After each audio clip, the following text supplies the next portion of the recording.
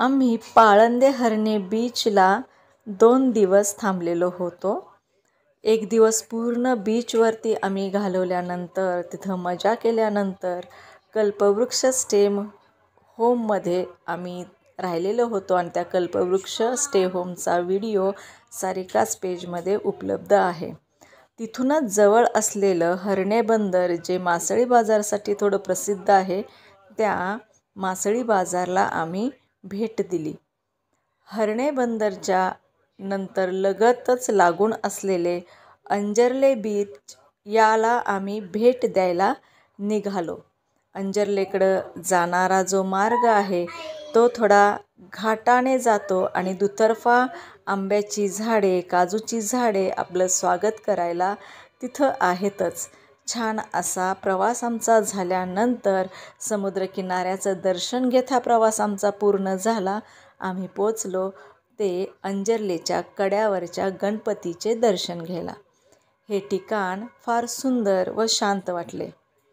Palande beach जसा स्वच्छ व सुंदर वाटला तसेच हे मंदिरसुद्धा स्वच्छ, सुंदर व रम्य आहे.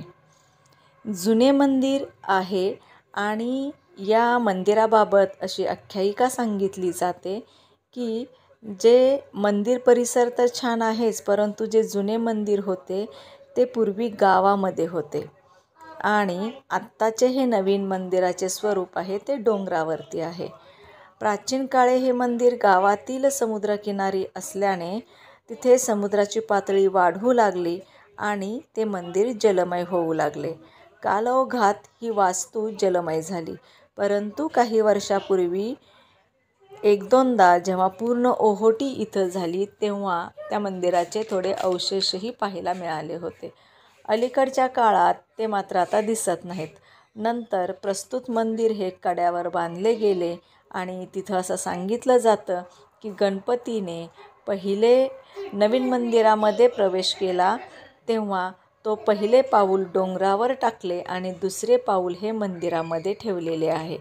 आपणाला मंदिर परिसर जसा स्वच्छ, सुंदर, शांत, रमणीय दिसतो तसेच या मंदिरातून थोडे बाजूला गेल्यानंतर एक पाऊल वाट लागते जी की पायऱ्यांनी बांधीव स्वरूपामध्ये आहे आणि तिथून आपण गणपतीच्या पाऊलाकडे दर्शन घ्यायला जाऊ शकतो. जाताना काही दुकानेसुद्धा आपणाला वाटेमध्ये लागतात आणि मंदिर परिसरासमोर वाहनतळसुद्धा आहे. मंदिर परिसर छान आणि रमणीय आहे. अंजर्लीला आलात तर कड्यावरचा गणपती पाहायला विसरू नका. सारिकाच पेजमध्ये कोकण सिरीजचे हरिहरेश्वर येथील व्हिडिओसुद्धा उपलब्ध आहेत. तर या अंजर्ली येथील कड्यावरच्या गणपती मंदिरामध्ये आम्ही आलो असताना गर्दी अजिबात नव्हतीच. तेव्हा आम्हाला गणपतीचे दर्शन हे खूप छान मिळाले आणि शांततेचा आम्हाला लाभ हा घेता आला. इथं आल्यानंतर तुम्हाला कोकणी पदार्थांचा आस्वादसुद्धा घ्यायला मिळतो, जे की ही छोटी छोटी दुकानं या गणपती मंदिराच्या समोरच आहेत.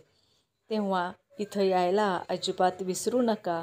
या परिसराचा आस्वाद घ्यायला विसरू नका. इथून सनसेट तर खूपच सुंदर दिसतो.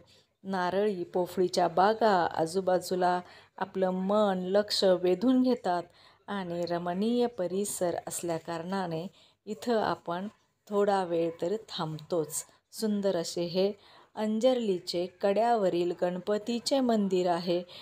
गणपतीचे मंदिर हे डोंगरावर असल्याकारणाने याला कड्यावरचा गणपती असे म्हटले जाते.